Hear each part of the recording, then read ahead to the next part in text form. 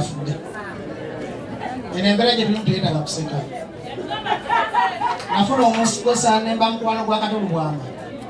Abantu abatugalidde mu mawofiisi nga tubanoonya okusaba obuyambi tubamanyi muwendo. Twagendako ne Waigigi nga Katange ebyenda bimuluma abisitudde bw'ati ne yeefuula nti alirangane naye nga mu woofiisi bwali. Bannayuganda mulina omuze gw'okusiima omuntu ng'afudde. Ennyama gye mulidde wano wiiki nnamba singa nnyingi singa maazi wa Katonda mulamu mulowooza byandifudde nga mu mativu n'ebintu by'ensi. Temusiima Dr. Besigye yabalaga ekkubo lya change mbadde mu state ne ekivubuka nga kyagala movement ekigisa bubi ne mulaga nti bannayuganda mwagala nnyo abafuna abagenzi. Temusiime Bobi Wine, temusiime babajja abazira tuli batono mu ggwanga saawa yonna tugenda tulina tusiima nga tuli balamu. Waliwo entudde n'abaami ba Parliament abali mu ttenti nga bagana ng'okwata essimu ya Katonda bakubira ndaba naye kati basinga okulumwa. Obwo bulumi singa mwabumulaga nga Katonda mulamu mulowooza teyandibadde ng'afudde musanyufu.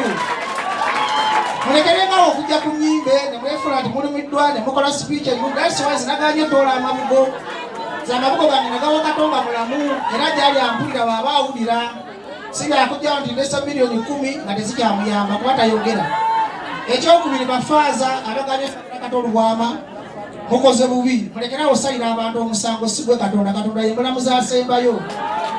Yesu Kristo bamuleetera malaaya nga bagala mukuba jjinja. Yesu n'abagamba atakikolanga kamukuba ejjinja. Kati gwe faaza okuba ote Katolu Bwama ejjinja nga kyaki siiyo nga Katonda yina nyini kyaki. Kyakisiwayo muntu gwe bamu Bukatuliki ne tuddukiramu babugembe. Kyaki y'Abakatuliki mukyuseemu. Temusalira abafu musango. Katonda ye mulamuzi teweefuula Katonda kuba Katonda ye yatonda Katolu Bwama.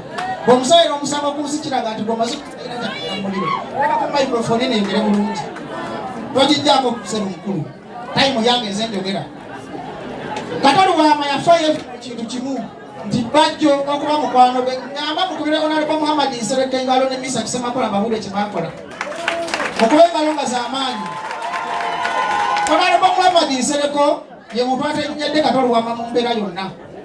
Misa Kisemakula ye muntu atennyadde Katolu Bwama mu mbeera yonna. N'akubeeka Kawalya twagenda ku Parliament ng'ebula wiiki 3 kataafe. Twasanga ababaka mu lukubo bonna bamwepena ng'amasomero ne meboogera wano Kazindaalo. Bannayuganda temuwoggana mu mpulirizo bye mbagamba bintu bikulu nnyo tebyetaaga nduulu. Bannayuganda mbeegayiridde mwenna muli wano musanyuse naye embeera mbi twagenda e Mulago nga Katolu Bwama abadde honorable. Dokita yatutuusa paka ku ssaawa emu ey'okumakya okumukolako kati gw'omunaku olowooza n'anaakuyamba olyawo okuba nduulu. Kitegeeza bannayuganda mukendeeze okugenda mu maloogi mukendeeze okunywa omwenge mulwanire eddembe lyammwe ne musula mwegada nga munaatwala mutya omusajja nga musula mulunze. Muyitirize obwenzi. Abantu abenzi n'abatamiivu tebafuna ddembe lyabwe. Mujakomanga kuleekalira mu nnyimbe musigale munaku ebalume munenye Dr. Besigye munenye Bobi Wine bakolako ekyabwe. Dr. Besigye si ekyenyi, Bobi Wine si ekyenyi, kyenyi yiyo wali wanaakuba enduulu. Bw'oba tosobola kuyamba Dr. Besigye nga tosobola kuyamba Bobi Wine teri kyenyi mujja kukoma mu bino kwayonna kunenyanga abantu nti bakoze ensobi. Mmwe muganya osanya paati yammwe ng'abantu. Mulinyiiga nnyo okulaba nga mufuna mulago ennungi nga Dokita bw'otwalayo omulamba agukolerako mu budde. Mulinyiiga nnyo okulaba nga mufuna amalwaliro amalungi. Kakati sigenda kwogera bingi. Bebekulu yagamba ennyimbe tuzifuula za byabufuzi naye kituleetera okwogera bino baatusiba emikono wano tufulire akakiso okwogerako eri eggwanga.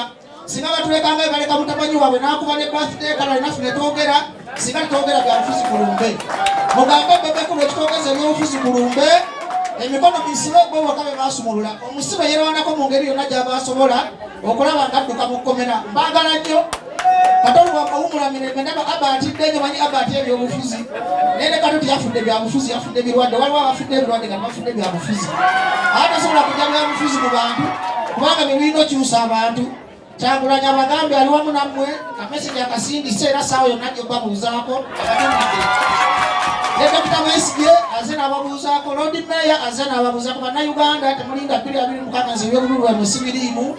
Mufune chance okulaba nga mulwanira eddembe lyammwe ku buso akadde gye musobola ebyo ebyange.